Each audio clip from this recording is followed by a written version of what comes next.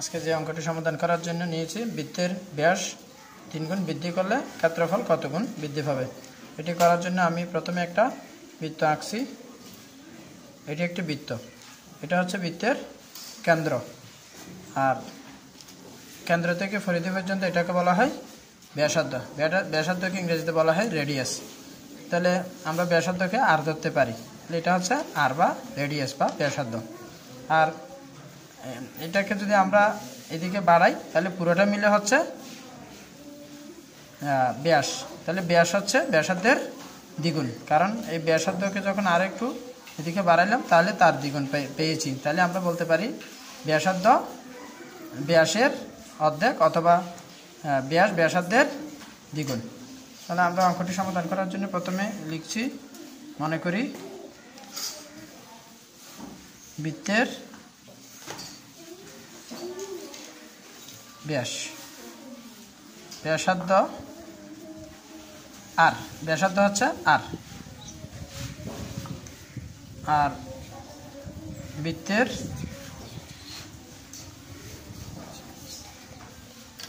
ব্যাস কত? তাহলে ব্যাস ব্যাসার্ধের দ্বিগুণ। ব্যাস, তাহলে এটা যদি ব্যাসার্ধ আর হয় ব্যাস হবে 2r। আমরা জানি যে ব্যাস ব্যাসার্ধের দ্বিগুণ। বৃত্তের ক্ষেত্রফল, সুতরাং বৃত্তের ক্ষেত্রফল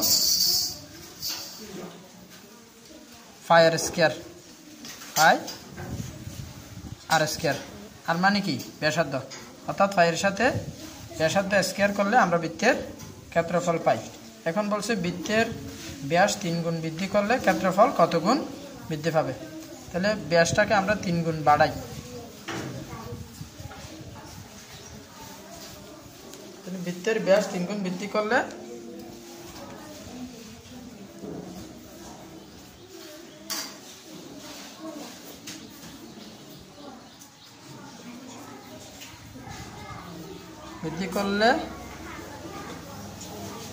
হয়, আগের ব্যাস কত ছিল 2r, এখন 3 গুণ বাড়াইলে 2r ইন্টু 3, তার মানে হচ্ছে 6r। তাহলে সুতরাং পরিবর্তিত বৃত্তের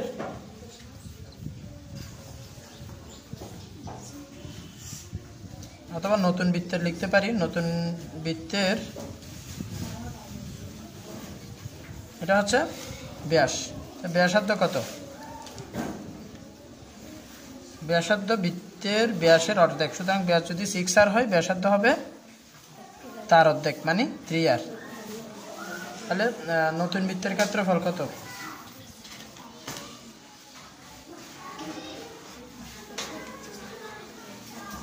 ক্ষেত্রফল আমরা জানি যে ক্ষেত্রফল মানে পাই আর স্কয়ার, পাই আর স্কয়ার, আর বলতে ব্যাসার্ধ। তাহলে নতুন বৃত্তের ব্যাসার্ধ কত?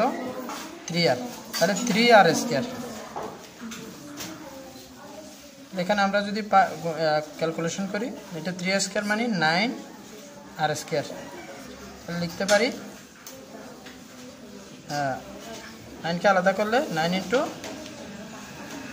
5r square. তাহলে আগের বৃত্তের ক্ষেত্রফল ছিল কত? 5r square. এখন কত গুণ বাড়ছে? 9 গুণ। সুতরাং ক্ষেত্রফল, প্রশ্ন করা হয়েছে ক্ষেত্রফল কত গুণ বৃদ্ধি পাবে। সুতরাং ক্ষেত্রফল 9 গুণ বৃদ্ধি পাবে, এটাই হচ্ছে আনসার। তাহলে আমি আরেকটু বলি, বৃত্তের ব্যাস 3 গুণ বৃদ্ধি করলে ক্ষেত্রফল কত গুণ বৃদ্ধি পাবে। তাহলে আমরা জানি যে বৃত্তের কেন্দ্র থেকে এই পরিধি পর্যন্ত এটা ব্যাসার্ধ, মনে করি বৃত্তের ব্যাসার্ধ আর, তাহলে বৃত্তের ব্যাস কত? ব্যাসার্ধের দ্বিগুণ, তার মানে 2r। তাহলে সুতরাং বৃত্তের ক্ষেত্রফল কি? পাই আর স্কয়ার, তার মানে পাই ইন্টু ব্যাসার্ধ স্কয়ার।